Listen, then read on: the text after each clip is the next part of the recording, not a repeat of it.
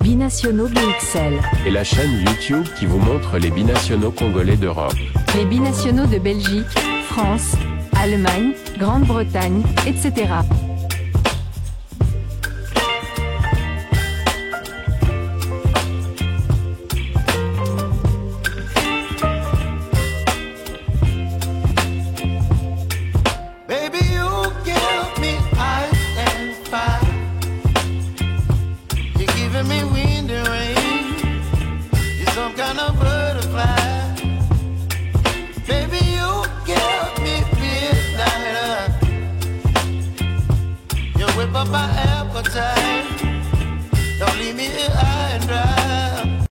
Binationaux BXL vous dit bonjour, nous sommes le 19 juin 2025 et au menu de la première livraison de ce jour, nous allons nous rendre du côté de la Russie, plus précisément à Moscou, pour prendre des nouvelles d'un léopard de la République démocratique du Congo.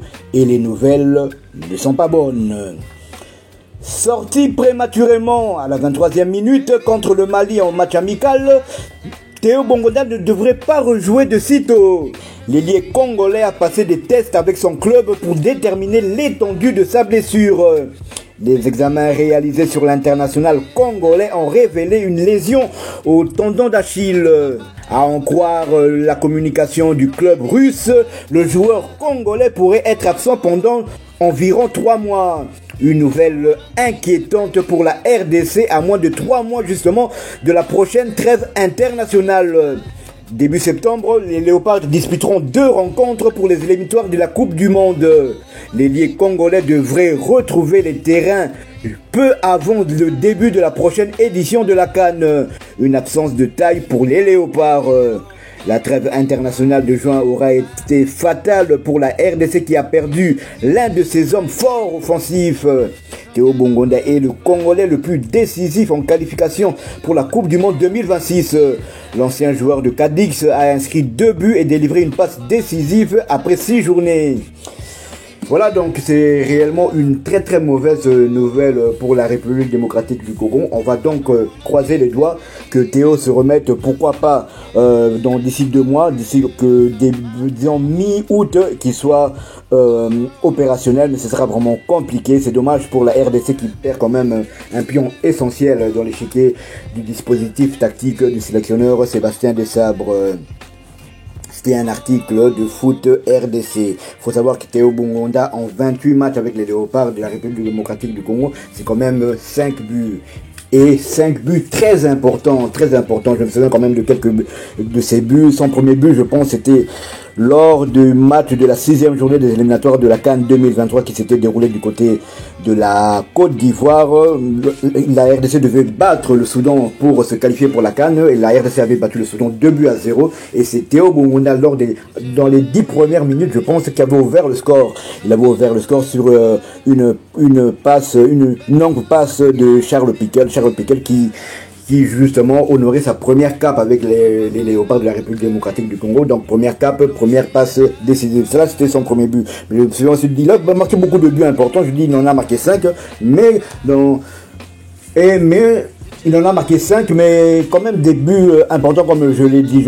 Il y a aussi le but du 0-1 contre l'Éthiopie. Contre l'Éthiopie, je pense que c'était lors de la 2e journée des éliminatoires de la CAN 2025. Il avait ouvert le score 0-1 sur une ouverture géniale de Joris Kayembe. Et puis on se souvient aussi de son but, le seul et unique but lors de la 7-6 lors de la 5e journée des éliminatoires de la Coupe du Monde 2026 à Kinshasa face au Soudan du Sud. La RDC l'avait emporté 1-0 et c'était Théo Bongonda qui avait marqué ce but. Et dans ce match-là, justement, contre le Soudan du Sud, il s'était blessé aussi. C'est pour ça qu'il était absent 3 jours plus tard lors de notre déplacement du côté de la Mauritanie face au Morabitoun. Donc c'est vraiment un coup dur pour les Léopards de la République démocratique du Congo. Mais on a quand même une lueur d'espoir. On se dit que avec le sélectionneur national Sébastien Desabre, c'est plutôt le collectif qui prime sur les individualités, bien que Théo Bongonda est l'un des rares joueurs qui peut débloquer une situation, soit par un dribble, soit par une passe géniale, une passe décisive.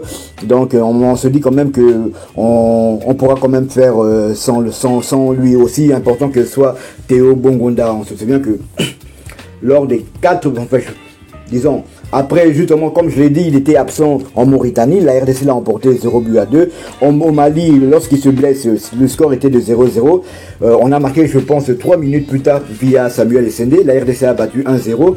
Et 3 jours plus tard, la RDC a aussi battu les Baréas de Madagascar 3-1, toujours sans Théo Bongonda. Donc, je ne dis pas qu'il n'est pas important. Il est très important pour la RDC, mais le collectif est encore plus important. Le collectif est encore plus important depuis que Sébastien Desabre est là. D'une ou telle individualité n'a jamais pesé vraiment sur l'équipe. Il y a des joueurs comme Bakambu qui ont été absents, il y a des joueurs comme Yohan Wissa qui ont été absents.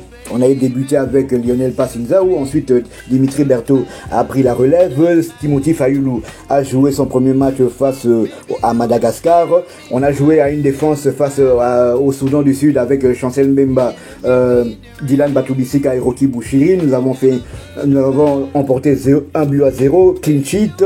Ensuite, nous avons joué avec une défense 3 jours plus tard, Joris Kaembe, Arthur Maswaku et Dylan Batoubissika, Chancel Mbemba et Joris Kaembe à droite. Nous l'avons emporté 0-2 du côté de la Mauritanie. Voilà, donc contre Madagascar, nous avons joué avec un nouveau aussi Steve Kapwadi qui jouait pour la première fois. La RDC l'a emporté. Donc on voit qu'il manque un joueur quand même qui était quand même une valeur sûre de l'équipe. On voit vraiment pas la différence car les joueurs qui le remplacent sont souvent valables. Je peux parler aussi d'Enoch Inongabaka qui était quasiment un titulaire indiscutable, mais malheureusement depuis qu'il avait perdu sa place dans son club marocain du Phare Rabat, il a été remplacé. Il a été remplacé valablement. Donc Théo Bongonda, c'est très dommage. En tout cas, comme je l'ai dit, on croise les doigts. On espère le revoir le plus tôt possible, mais Sébastien Desabre pourra pallier à cette absence. J'en reste convaincu. Ce ne sont pas les ailiers de qualité qui manquent. Théo Bongonda n'était pas là contre Madagascar, et on a vu un Nathanaël Mboukou des grands jours. Il était au four et au moulin. Il était pour moi l'un des hommes du match de cette rencontre là. Donc voilà quoi. Donc à part Théo, il y a peut-être Silas Katompa qui peut revenir, il y a Granit Diangana qui pourrait aussi revenir, et pourquoi pas peut-être un nouveau binational. Alors, je pense peut-être à Michel-Ange Balikwisha, le petit frère du Neymar congolais. Voilà ce qu'on pouvait dire au sujet de cette première livraison de ce jour. Donc je rappelle que Théo Bongonda sera absent normalement 3 mois suite à une lésion au tendon d'Achille. Il est peu probable qu'il soit de la partie pour les matchs de la 7e et 8e journée des éliminatoires de la Coupe du Monde 2026. Je rappelle que la RDC se déplacera d'abord au Soudan du Sud avant de recevoir le Sénégal 3 jours plus tard. Si vous avez aimé ce sujet, laissez-nous un maximum de likes. Abonnez-vous pour ceux qui ne le sont pas encore, et dès que ce sera fait, activez la petite cloche de notification histoire de ne plus rien manquer de nos prochaines éditions. Binationaux BXL vous dit à bientôt. Binationaux BXL. Et la chaîne YouTube qui vous montre les binationaux congolais d'Europe. Les binationaux de Belgique, France, Allemagne, Grande-Bretagne, etc.